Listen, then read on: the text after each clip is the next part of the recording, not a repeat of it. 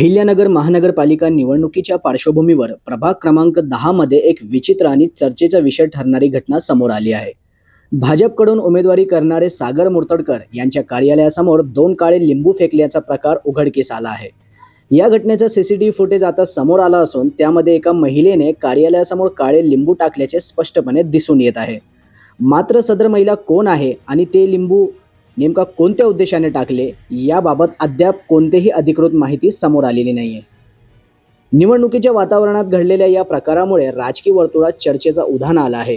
काही जण याकडे अंधश्रद्धेच्या दृष्टीने पाहत असून तर काही जण यामागे राजकीय संदेश किंवा दबाव तंत्र असल्याची शक्यता व्यक्त करत आहेत।